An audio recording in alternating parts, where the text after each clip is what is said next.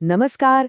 कभी सोचा है कि 1 अरब से भी ज्यादा लोगों, हजारों संस्कृतियों और सैकड़ों भाषाओं वाले देश को आखिर चलाया कैसे जाता है? इसका जवाब पता है कहाँ है? एक ही दस्तावेज में। आज हम भारत के संविधान की परतों को खोलकर देखेंगे।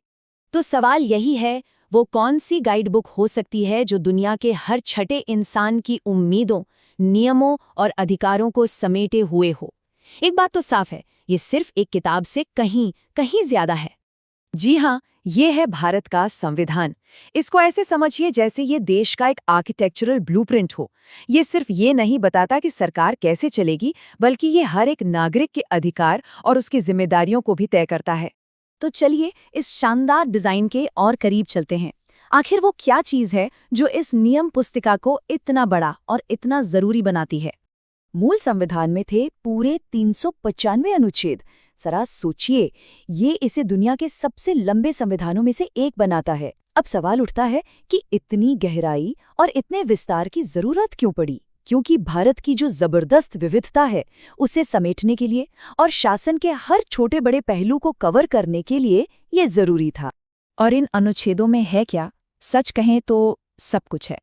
केंद्र और राज्यों के बीच ताकत कैसे बटेगी, लोगों के मौलिक अधिकार क्या होंगे, चुनाव कैसे होंगे, ये सच में पूरे समाज को चलाने का एक खाका है। अच्छा, तो अब हम ये तो समझ गए कि इस नियम पुस्तिका का दायरा कितना बड़ा है। पर अगला सवाल ये उठता है कि ये नियम आखिर किस जमीन पर, किस क्षेत्र पर लागू होते हैं। चलिए देखते हैं कि संविधान भारत के नक्शे को कैसे परिभाषित करता है।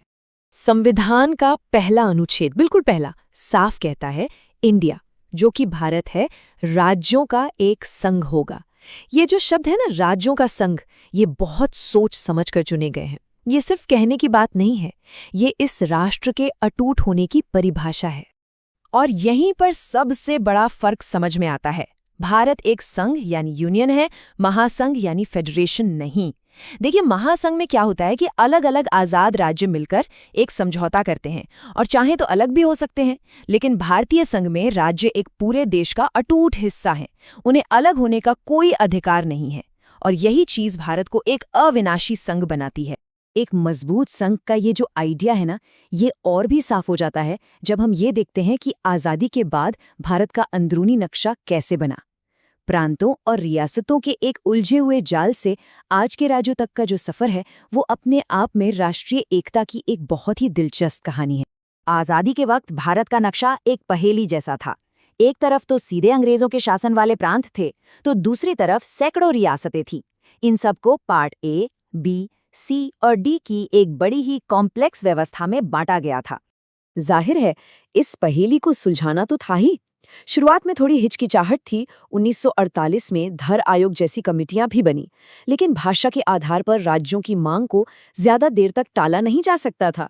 1953 में आंध्र का बनना एक टर्निंग पॉइंट था। इसने एक ऐसी लहर शुरू की जिसका नतीजा निकला 1956 के ऐतिहासिक राज्य पुनर्गठन अधिनियम में, जिसने भारत के नक्शे को हमेशा के लिए बदल दिया। नतीजा क्या हुआ? एक बहुत बड़ा सरलीकरण, जैसा कि यहाँ दिख रहा है। वो जो 4 अलग अलग कैटेगरी वाला कंफ्यूजिंग सिस्टम था, उसे हटाकर एक साफ सुथरी व्यवस्था बनाई गई। 14 राज्य जो ज्यादातर भाषा के आधार पर बने थे और 6 केंद्र शासित प्रदेश। ये एक ज्यादा संगठित देश बनाने की दिशा में एक बहुत बड़ा कदम था।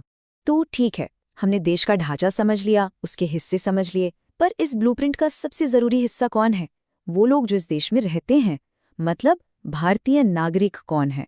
इस बहुत ही बुनियादी सवाल का जवाब देने के लिए संसद ने 1955 में एक कानून बनाया, नागरिकता अधिनियम। ये कानून इस बात के लिए एक गाइड बन गया कि कानूनी तौर पर किसे भारतीय माना जाएगा। ये कानून नागरिकता पाने के 5 अलग अलग रास्ते बताता है, जिसमें हर तरह की स्थिति शामिल है, जैसे भारत में पैदा होना या भारतीय माता पिता की संतान होना, और उन लोगों के लिए रजिस्ट्रेशन और नेचुरलाइजेशन जैसी प्रक्रियाएं जो भारत को अपना घर बनाना चाहते हैं। तो एक बात यहाँ साफ समझनी होगी, नागरिकता सिर्फ एक आईडी कार्ड से कहीं बढ़कर है। ये पैन कार्ड या आधार कार्ड की तरह सिर्फ यहाँ रहने का सबूत नहीं है। ये वो कानूनी रिश्ता है जो एक इंसान को देश से जोड़ता है और उसे अधिकार और कर्तव्य दोनों देता है। और ये सब हमें एक आखिरी और बहुत ही अहम सवाल पर लाके खड़ा कर देता है। ये ब्लूप्रिंट एक ऐसे देश के लिए लिखा गया था जो अभी-अभी आज़ाद हुआ था। तो 70 साल से भी ज़्यादा समय बाद ये आज 1.4 अरब लोगों के एक इतने बड़े देश का मार्गदर्शन कैसे कर पाता है? इसका जवाब शायद इसकी इसी खूबी में छिपा है कि ये वक्त के साथ खुद को ढाल सकता है और फिर भी अपने मूल सिद्धांतों पर हमेशा कायम रहता है।